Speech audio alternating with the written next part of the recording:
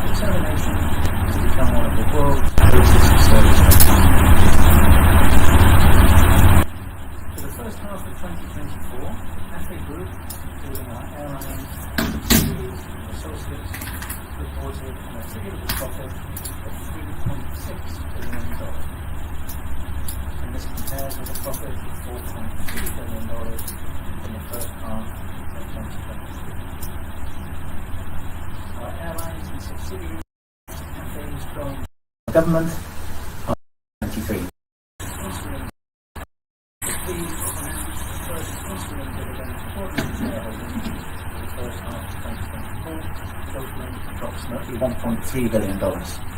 And this is after we paid our ordinary shareholders $2.8 billion in dividends for 2023. All this would not have been possible without the support of the Hong Kong SAR government, our shareholders and our customers, and for that we are deeply grateful.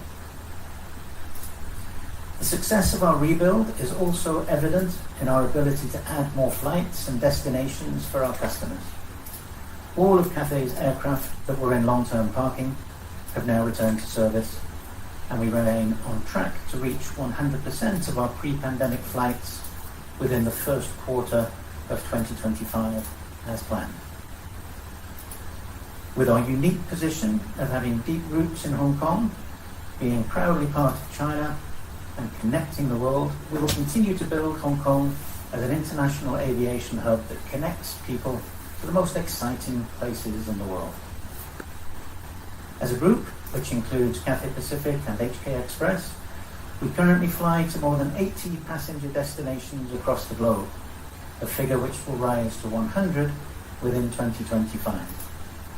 So far, in 2024, 10 new destinations have already been announced, 8 of which have commenced service, with Riyadh and Cairns still to come later this year.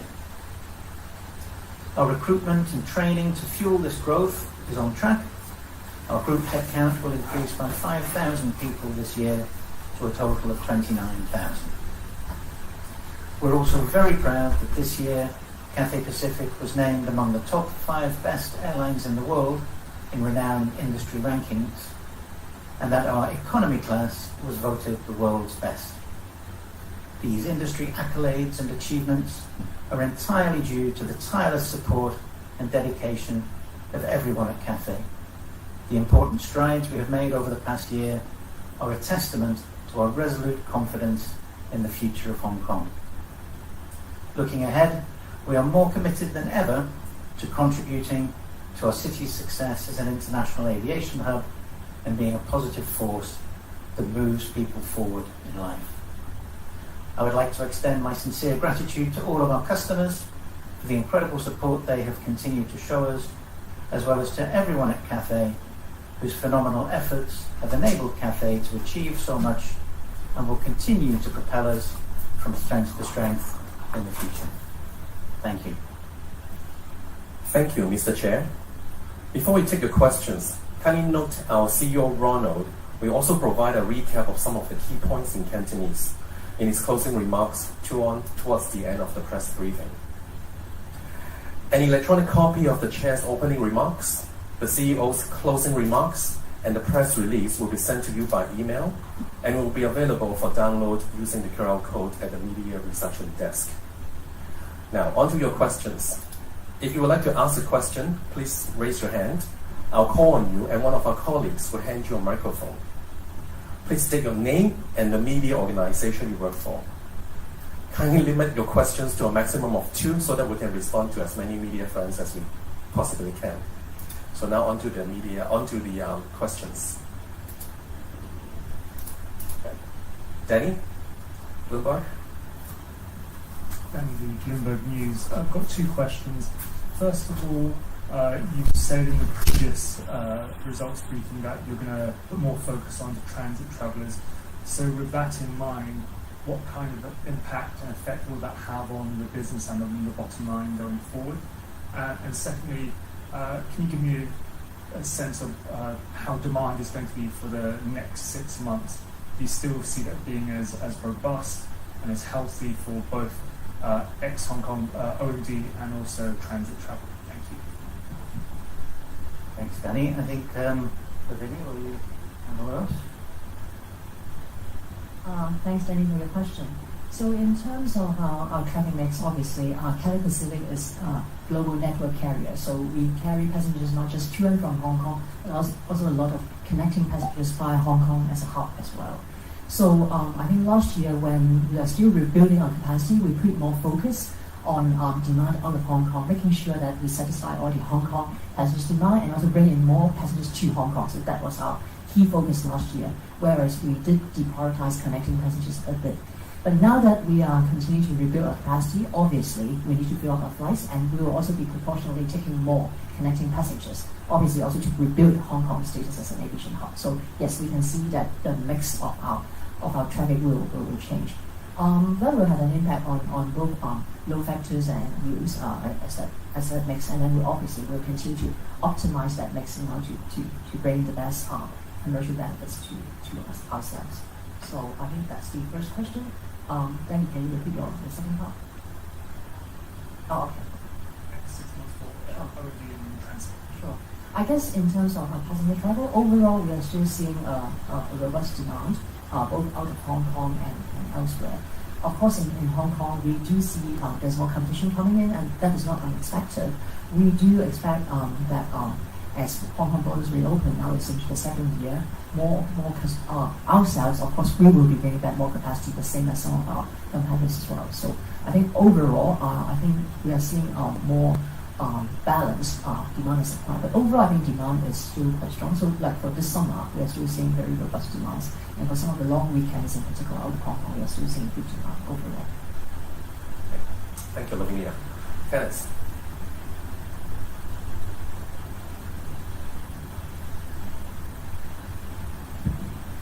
Hi, Patrick and Wani. The 100 billion investment plan is really stunning. How are you going to raise the funds and to counter the risk arising from geopolitical tensions, high interest rates, and keen competition among regional airlines?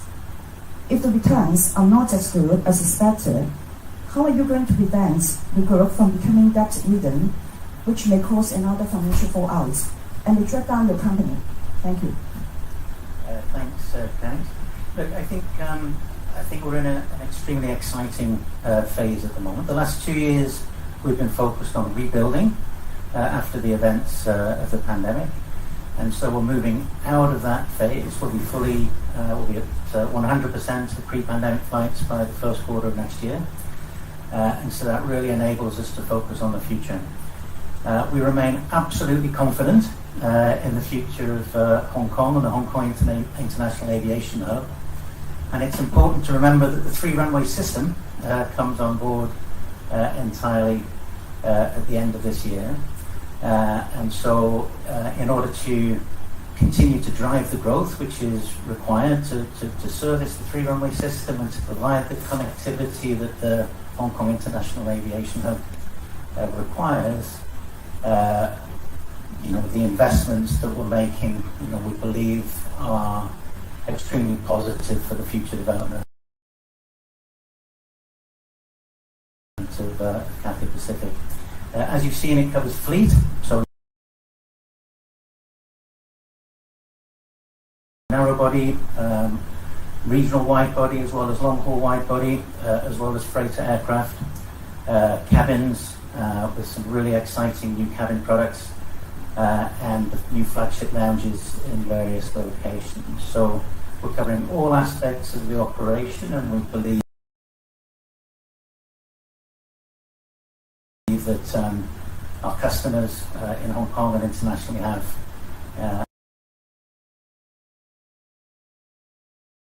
a lot to be excited about.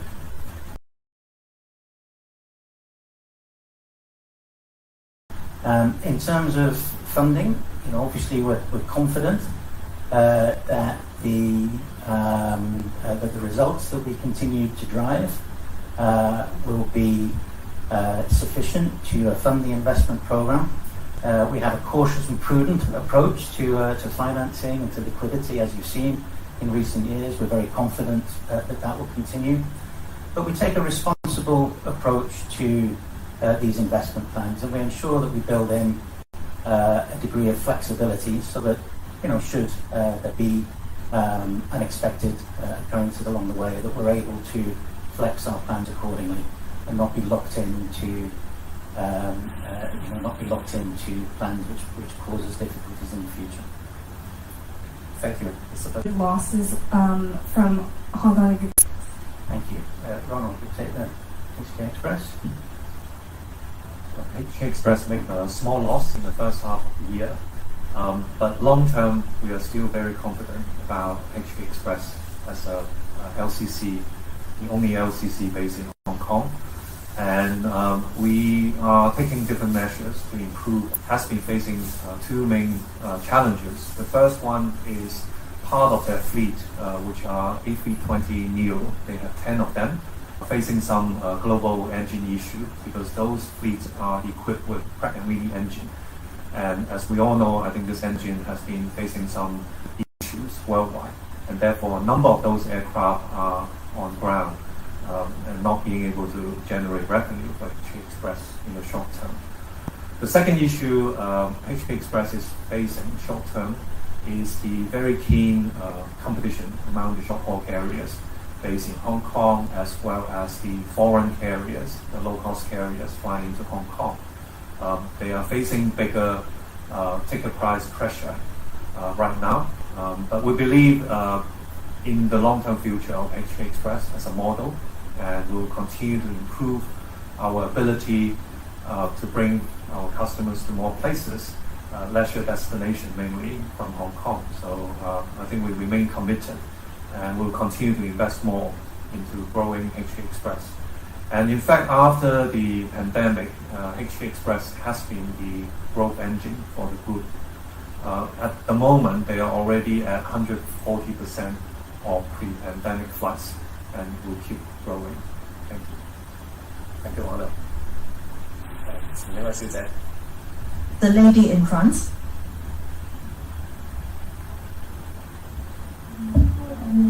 I have two questions. The first question is, you know that more than 100 billion investment touches all aspects of your operation. So, what is the allocation and the distribution of all segments, such as also what proportion for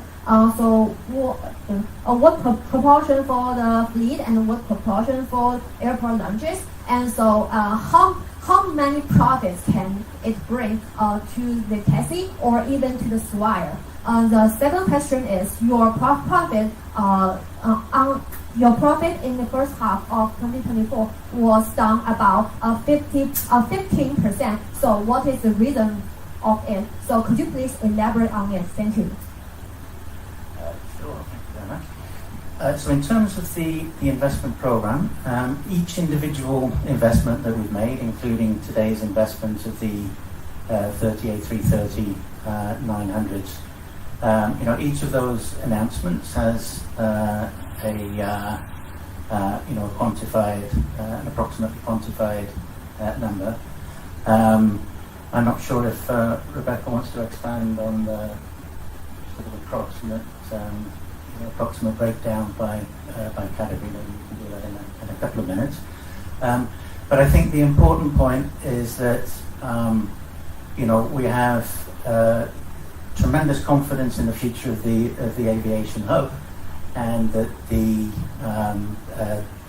these investments span all aspects of our operations, and these are going to be an instrumental part of how Cathay Pacific plays our role in supporting the development of the Hong Kong International Aviation Hub, which we have tremendous confidence in. Rebecca, any thoughts on the split? Probably just a little bit to add. Obviously, the $100 billion investment is over 100 billion, is to be spent or invested over a 7-year period. So it's a reasonably long time frame. In terms of the question earlier around funding, etc., it's not money that's going to be sort of spent tomorrow.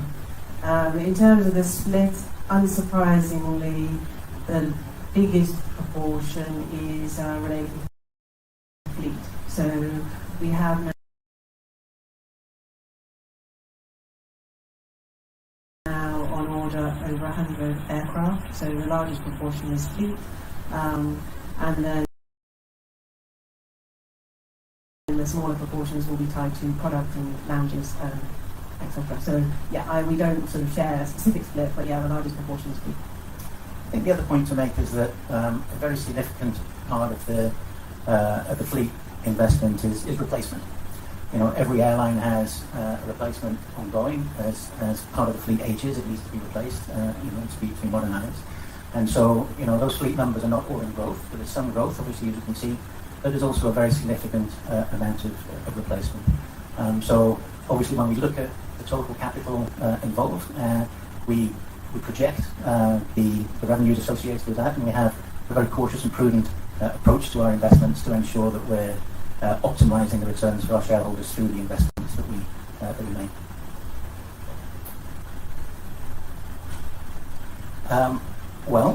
And is an important stakeholder on our board and is fully supportive of the plans that we make, obviously, as is the entire board of Cathay, if that's what you mean. But yeah. Thanks. Just now, I saw Luke has a question. Yes, I am Luke. I would like to ask my question in Chinese. Lavinia, how do you see the yield trend in the second half of the year? In the first half, there is a decline. And do you think it has stabilized, or do you think there will be continuous decline? You just said that you want to have more transit passengers. Besides, I would like to ask a question about UO, Hong Kong Express. Well, some aircraft is not in service because of engine problem. Now has the problem been solved? Are you going to receive compensation? Some other global airlines were able to get compensation. So how do you see will be the impact on your second half results? UO has set a target on 170% capacity at the end of the year. So will this target be delayed? What is your latest capacity, please? Thank you. Okay, two questions have been asked. Perhaps Ronald can start answering the question. Let me answer the question about Hong Kong Express. Well, just now I said already that Hong Kong Express, one of the fleet, has A320neo. We have 10 aircraft. And for this fleet, it is using Pratt & Whitney engine. Well, this is a global issue. So the result is that part of our fleet could not serve our passengers for a period of time. And starting last year, this issue happened, and it will continue for a few years. We have been discussing with the supplier about compensation. We have reached a satisfactory arrangement already. So in terms of finance in the future, there won't be further impact on Hong Kong Express's financial. In the second half of the year, Hong Kong Express will continue to increase the number of flights. As I said just now, today Hong Kong Express is already at 1.4 times the pre-pandemic level in terms of number of flights. And towards the end of the year, they will increase number of flights as well. We will go according to passengers' needs. Apart from Hong Kong passengers, will also meet overseas customers' needs. We will increase number of destinations. As I said just now, in the short run, Hong Kong Express may be facing some challenges, but with the commissioning of the 3-runway system, Hong Kong Express is the only LCC in Hong Kong. We have full confidence in it. So in the medium to long term, we are very optimistic about Hong Kong Express. So I will defer to Lavinia for the other question. Luke, thank you for your question. Just now you mentioned the trend of UO. I also would like to have a crystal ball in order to tell. In previous press briefings, I said already that at the end of the day, fare level is determined by demand and supply. Regarding supply, well, we have been increasing flights. Other airlines are also increasing flights. So it all depends on whether demand can also catch up. What we can control is, well, demand and supply will not preclude us from increasing our flights. We will certainly increase capacity according to our plan. So regarding demand and supply, we will definitely do more to stimulate demand, hoping that more people will travel. Then this will help fare level. On the other hand, we will improve our products. We will improve our travel experience so that more customers are willing to pay a good fare level to fly Cathay. So I think these are the two main points. We will try our best to stimulate demand, and we will do a good job with our products so that we can maintain our fare level. Thank you. Let's see whether mainland media have questions. The one in brown outfit. I am Times Weeklies. I'd like to ask about the Rayon and some other budget airlines are advancing into China. with the July and August tickets prices coming down. So can you disclose any numbers about this trend, and what do you think about the high season prices? Well, let me take this. We are at the peak of summer. July and August are traditionally the peak seasons, the peak months of travel, and we see that market demands are very healthy. So within the last, our yield and our ticket prices are developing as expected in these 2 months. And comparing to the past 2 years, this is a very special year. So our prices are normalizing, but given looking at it from a traditional high season perspective, I think our July and August prices are actually quite good. But one have to look at the short term, the short haul. The prices are raising more quickly. With the long haul prices, it's not as fast. So there's this difference. Thank you. Normalizing is to go down. Gentleman in the black. Yes, thank you. I'm from Nanfang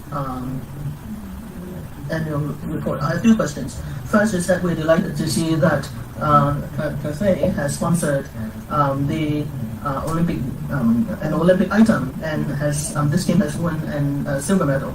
I'd like to say, within the Olympic period, does it bring any new customers to Cathay? And did you put in any new measures to capture this new customer flow? And how would Cathay Pacific continue to grow the new age, the younger customers? And just now about prices, with the flights, the number of flights become more and more normal, but people might think that the prices for Cathay's Europe and American destinations are more expensive. So do you have any measures to give people a more balanced price?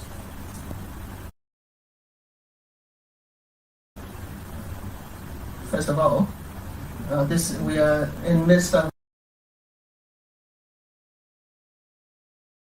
the Olympics, so the company is highly supportive of Hong Kong and mainland athletes. So with Hong Kong athletes, we have some encouragements for them apart from our sponsoring of the Hong Kong Olympian Committee by sponsoring the flights to and from Paris. And apart from this, we also have bonuses for medalists who can ride on our commercial, on our business class for free for a year. This is some of the support that we show to our Hong Kong athletes. And you also talked about our brand ambassador. We also have brand ambassador in China, and we are very delighted that they have won a silver medal in the men's and females game. So this is part of our effort to connect the world. So apart from Hong Kong and our services in the mainland, so some of the sponsors and our marketing campaigns were targeted to this direction. And just now you talked about attracting young people. This is one of the things that we wanted to do, and one of the direction of our brand development. We have a dual brand policy. With Cathay Pacific, we wanted to be one of the best premium carrier, whereas Hong Kong Express, we wanted to be the best Asian low-cost carrier. So with young people, after they started to work, so they may also ride on our Cathay Pacific. So this dual brand policy is a measure policy that we have taken place for these potential customers. And our prices, as far as our prices for the short-term ones, short-haul ones, all of them have been normalized. So we see that all of them in the last couple of months have become entirely the same with those prior to the pandemic. The long haul is still recovering though. The long haul prices from Hong Kong, when compared to last year, has come down by 20%. The only exception is now with a slower speed of normalization are the routes from Hong Kong to the USA, because that recovery, that recovery is not as fast. But then those mainland customers going from China to to the USA would come through Hong Kong. So this is a force. And in October, our number of flights would become normal. We would have 3 flights to New York each day, and 1 to Chicago, and also another 1 to Boston. With starting April of next year, our Xi'an's flight would also recover. We will have 3 flights to Los Angeles each day. To San Francisco, we will also have 3 flights per day. So as far as flights to the US is concerned, we actually have quite a large number of it in order to meet the demand for both Hong Kong and mainland customers. We're working hard on this. So we see that once the number of flights have become normalized, so will the prices. Hello, Yolanda from CNBC. I wanted to ask Patrick, you talked about ticket price normalisation impacting your profitability this half. What does the competitive landscape look like right now, and how is it sort of looking into the second half? Are ticket prices normal now, or is there still further normalisation to come, and how's that going to impact your profitability in the back half of this year?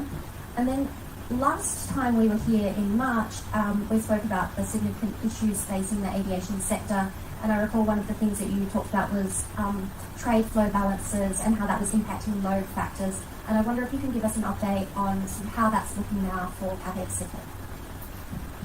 Sure, thanks. Let me just make a few sort of general comments about the ticket price normalisation, and then Lavinia maybe sort of add some colour to both the relative load factors as well as sort of relative what's happening with different ticket pricing across the regions, etc. Look, I mean, I think when we talk about normalisation, it's important to remember the perspective, right? I mean, that post-COVID period, effectively 2023, was an extremely abnormal period. By any historical comparisons, the yields that we realised on the passenger side in those first few months after Hong Kong opened up around January, February of 2023 were completely abnormal. So, of course we were expecting normalisation. In fact, overall, I'll ask Lavinia to add a bit more colour in a few moments, but overall, the degree of normalisation that we've seen is fairly benign. And we're pleased with the profit performance in the first half of this year. We think it represents another great performance, the result of a lot of hard work from the whole of the team. But the fact that the ticket prices should have come down from what was a very, very abnormal yield situation, driven by this very extreme imbalance between supply and demand that we saw as Hong Kong opened up. Everybody here was desperate to fly, get back on planes, visit everyone they weren't able to visit over the previous 3 years. So it was a very, very abnormal situation. So when we talk about normalisation, it's important to remember this is all in the perspective of, this very unusual, historical event. And as I say, the degree of normalisation we regard as being benign, manageable, and still able to drive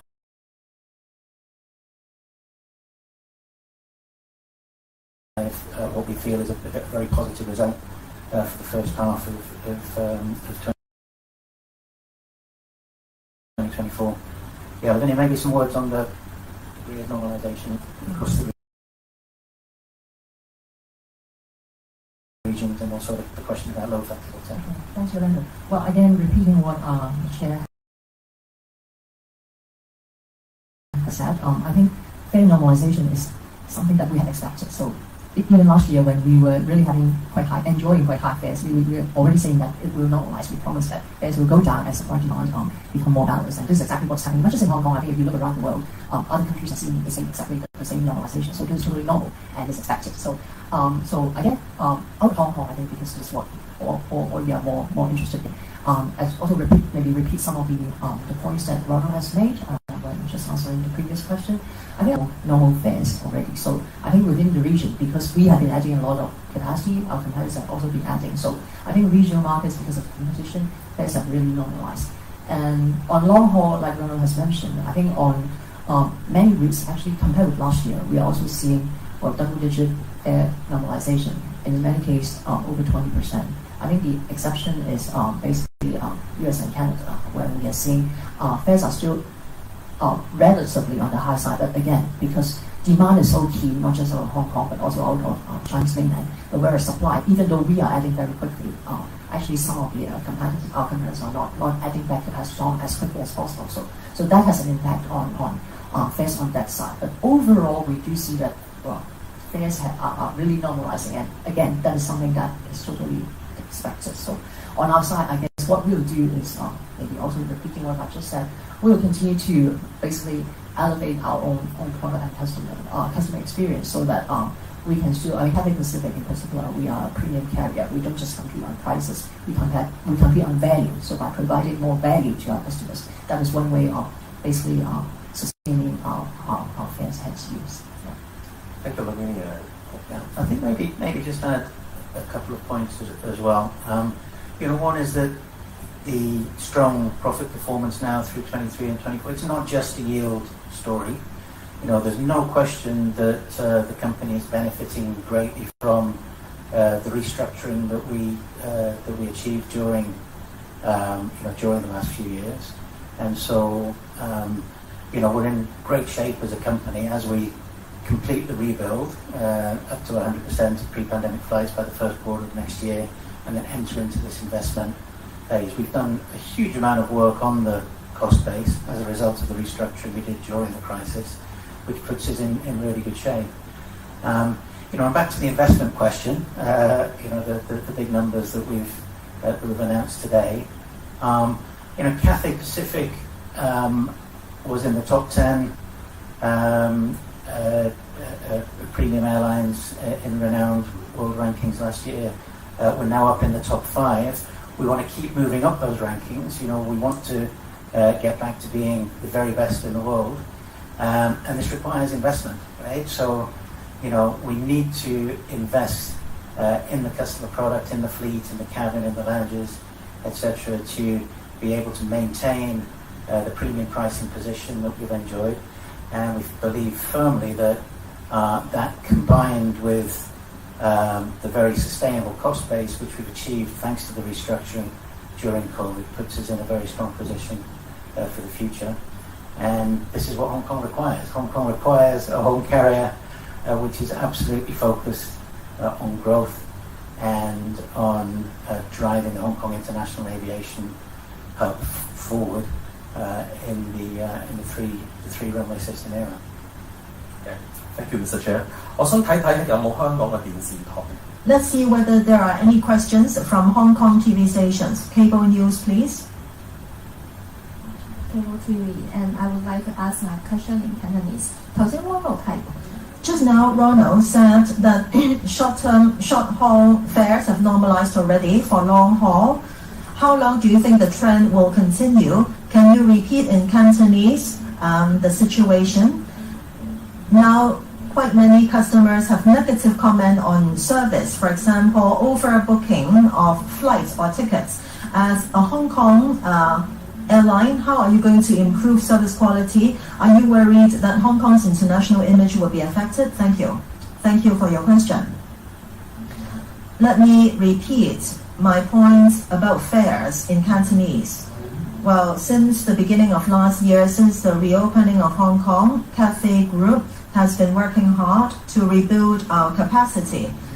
After 18 months, that is in June, we have already exceeded 80% pre-pandemic number of flights.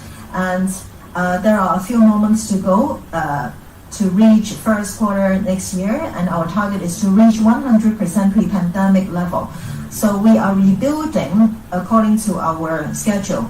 While we are rebuilding our capacity, we can see that market fares have been falling. First of all, for short-haul flights, fares up till now have completely normalized. For long-haul fares, because demand is different, so it has been coming down and it has been normalizing. For long-haul fares, comparing with last year, there's a decline for more than 20%. So there is one exception, and that is flights between Hong Kong and the US. Because resumption of direct flight between the mainland and US has been slow, many mainland passengers fly Cathay through Hong Kong to go in and out of the US. So for US flights, there is still excess demand. Excess demand. So we are working hard to increase flights to the US in the coming few months. No matter whether we talk about the East Coast or West Coast of the US, we will resume our flights completely. So for East Coast, I think the most important destination is the New York JFK Airport. Very soon we will have 3 flights per day, and in the West Coast we have Los Angeles and San Francisco. Very soon we'll have 3 flights per day. So when we continue to increase capacity, we believe that fare will continue to come down. As regards our group's service, in the rebuild journey, we continue to listen to our customers' voice. So based on customers' various pain points, we will continue to make improvements. What I would like to say is that overall speaking, our service has been improving. Last year, after our rebuild journey, very quickly, according to many renowned global ratings, we have been back to top 10 best airlines in the world, and this year we are among top 5 best airlines in the world. So among Asian and Chinese airlines, this is a very outstanding performance, but we will continue to work hard to improve our service continuously. Thank you. TVB.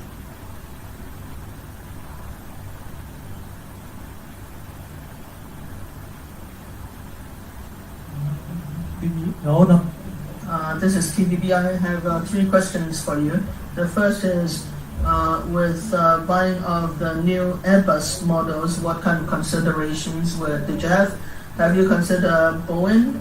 And second question is, once with the future fleet, how do you dispatch them between different destinations and routes? And would that investment have any impact on the pricing?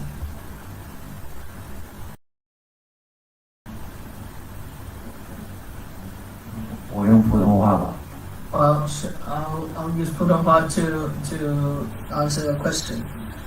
I am delighted that we announced to purchase 30 Airbus A330-900 aircraft, and then we also have the right to acquire an additional 30 aircraft in the future.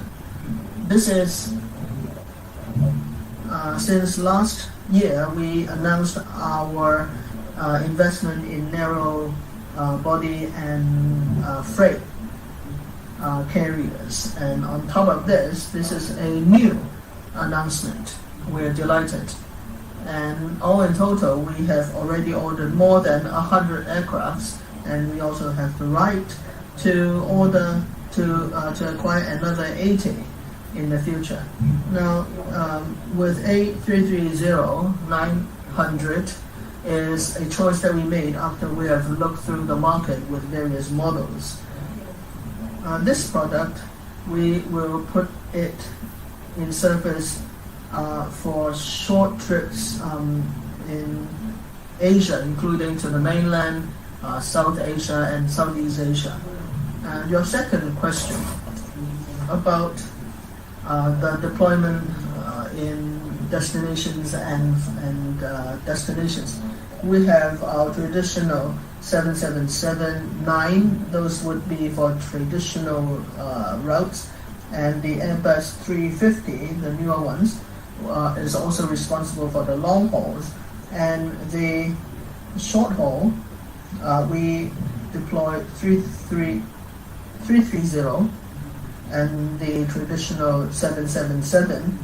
And within Cathay Pacific, we still have some narrow body 312 new that would be the main model. This would be used between Hong Kong and some short-term destinations. And we're delighted to announce today that we would be, in the next 7 years, we would be investing over 100 billion in our fleet and our products. This move is mainly for the purpose to enhance Hong Kong as an international aviation hub, because the 3-runway system would would go on very soon. We see this as a very important opportunity and for development of Hong Kong. So this is why we made such important investment.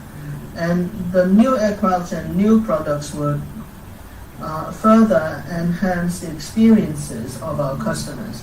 We hope that these investments would help us move towards our goal to become the best of quality aircrafts. This one is about pilots. It's from CRHK. I'll ask it in Cantonese. So, if Cathay is to cope with future business growth, it is expected that 500 more pilots will be needed. So, how is your recruitment progress so far? Thank you.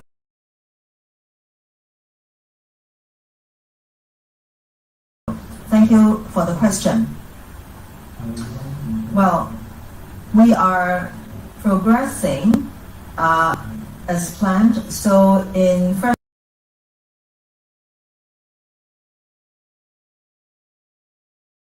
quarter next year, we will reach 100% pre-pandemic level in terms of number of flights. There are just a few months to go for us to reach this target. For our manpower, it is an important part of our rebuild journey. And manpower includes our pilots, cabin crew members, ground service personnel. We have been working hard to recruit them and to train them.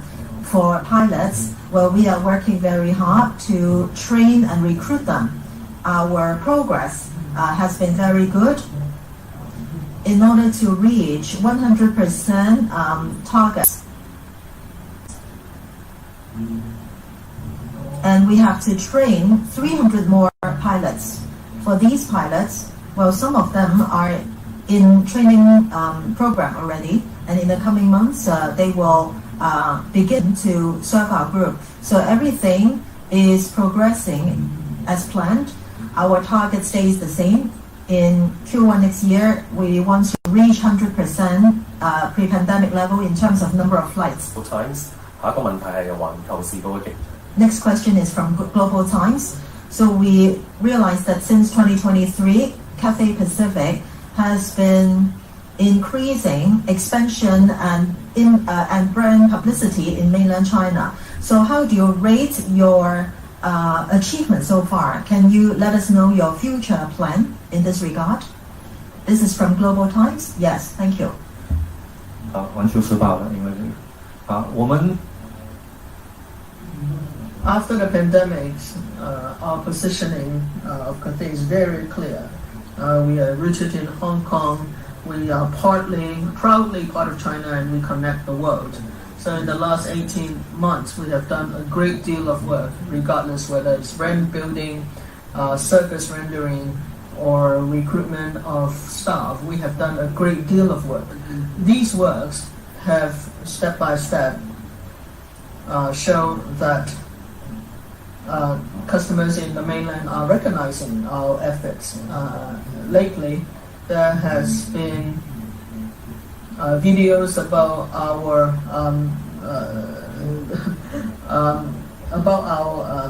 training of our staff in the mainland has become some of the hot topics on social media, and we have also sponsored mainland athletes who has obtained silver medal. So this is also hotly discussed in the social media in China. So these are some of the results.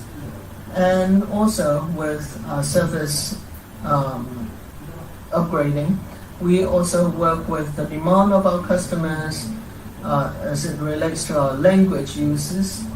We ensure that apart from Cantonese and English, we also have Putonghua speaking cabin members. And as far as news and in-flight entertainment, we have also included a lot of content and food that is preferred by mainland customers. As far as recruitment is concerned, we recruited our engineering crafts for the first time, and there are over 300 of them servicing our flights today. as of next year, this number would grow to 500 engineers from the mainland. We hope that by next year we would have over 1,000 engineers from mainland servicing our flights. Engineers is a very multifaceted team. It is composed mainly of Hong Kong engineers. Going forward, engineers from the mainland would mainly be the second largest group. And then we would also have a mix of engineers from various places in Asia. So this would be a multifaceted, multinational engineers. And we also have trainees, service providers training now in Australia. So we hope that in the future we will have more and more staff with a mainland background joining us. So the next one comes from Aviation Week, is on the NEOs. So the question goes, you have indicated that the 330 NEOs will be mainly used in the regional network, but may also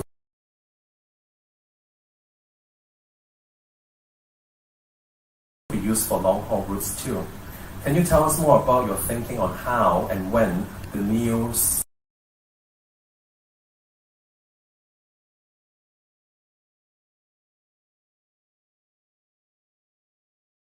might fit into the long-haul network? Thank you. Sure, Alex, I think this is one for you. Well, if I may defer to Lavinia on this one because it's network related rather than aircraft related. Sure. Okay. Thanks for the question. Yes, actually, as Ronald has explained before, so the A330-900 aircraft will be mainly used in the regional network. So most of our, because of the very excellent geographical location of Hong Kong, actually, most of our regional sectors are actually within 3-hour stage length. So I think the 330 news, most of them will be flying around this sort of stage length to both Northeast Asia, Japan, Korea, and then down to Singapore, Thailand. And so this sort of regional network will be as far down as to Perth in Australia. Also maybe on the 3-4 hours stage length, so covering most of our Northeast Asia and Southeast Asian network. Okay, thank you, Lavinia. So the final question is about our lounge from Executive Traveller. So the question goes, Cathay appears to be soaring on a growth trajectory beyond simply getting back to the 2019 levels of capacity. So does your Hong Kong lounge roadmap, such as the renovation of the wing, reflect an expected increase in premium travel segment exceeding the 2019 levels? What more can you share about the wing renovation and timeline? Thank you. I don't think I can give this one to Alex either. Lavinia, this is you again. Well, thank you for the question.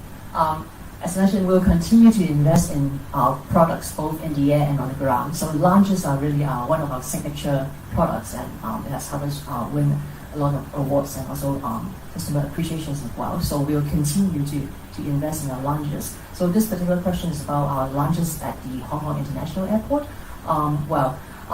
We have very, very good lounges in Hong Kong, but yes, I think they are at least the wing will be up for renovation very soon. So actually, towards the end of this year, we'll start to go for the first phase, which is the wing first class lounge. We'll start to refurbish that, and then so in the next couple of years, end of next year or early part of 2026, hopefully we'll be reopening that.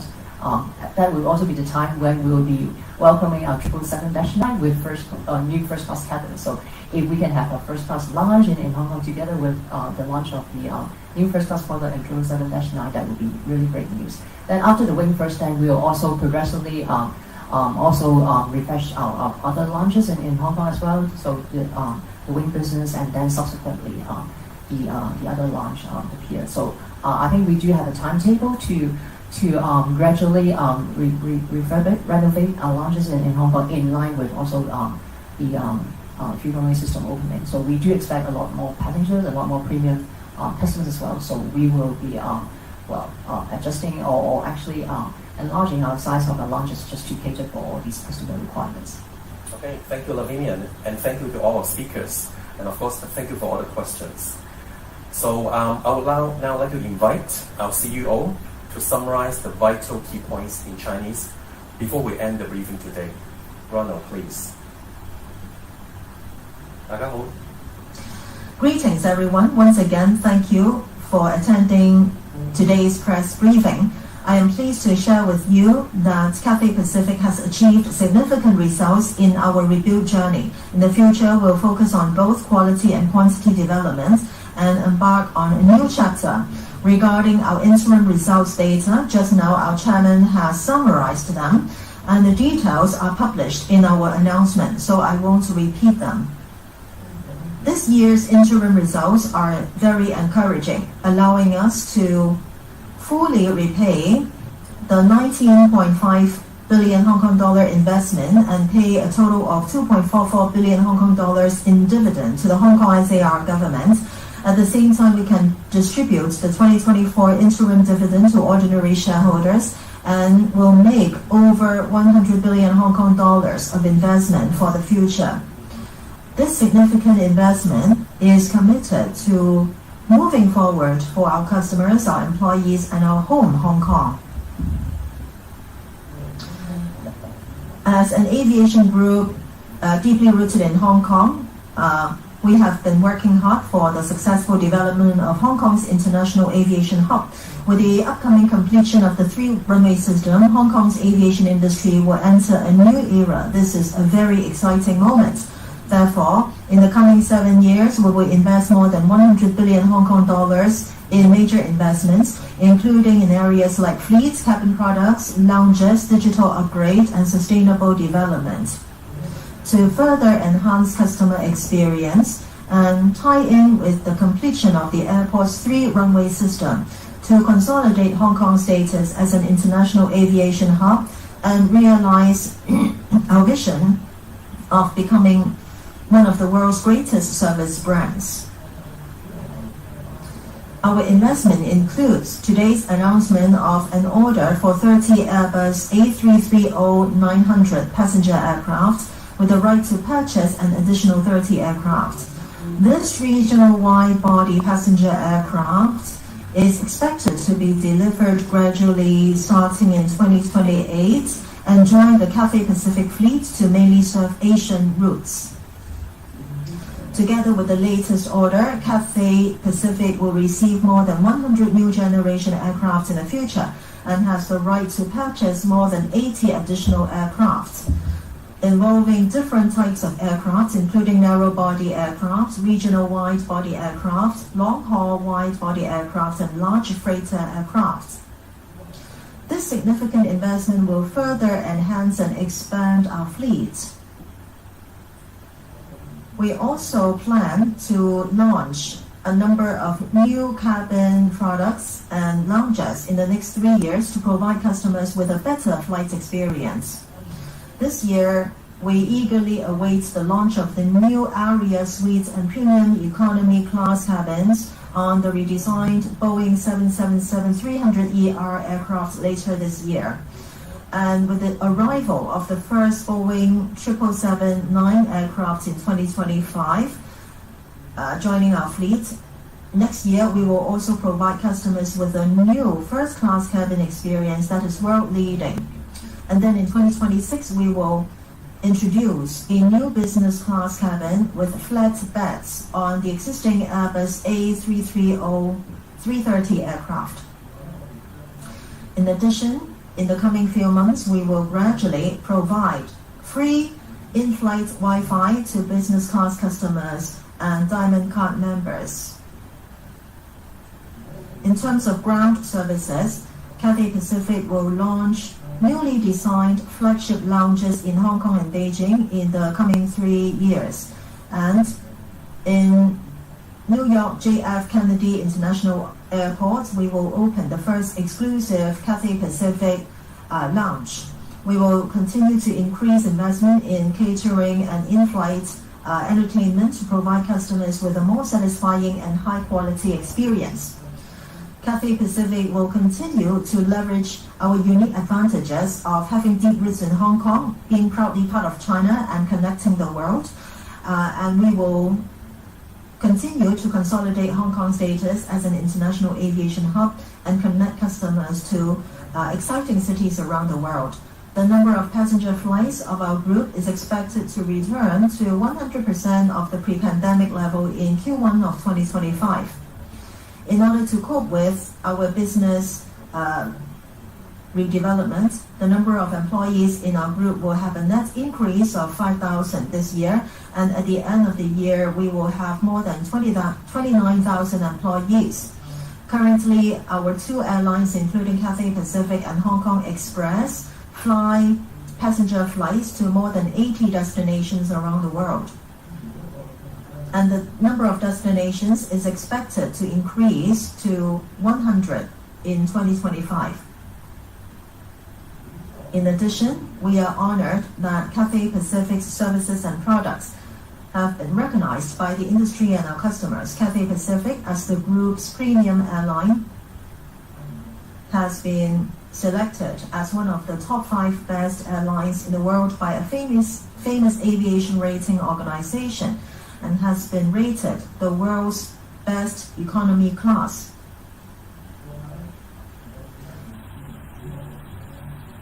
Thanks to colleagues and customers for their support in order for us to achieve such encouraging results.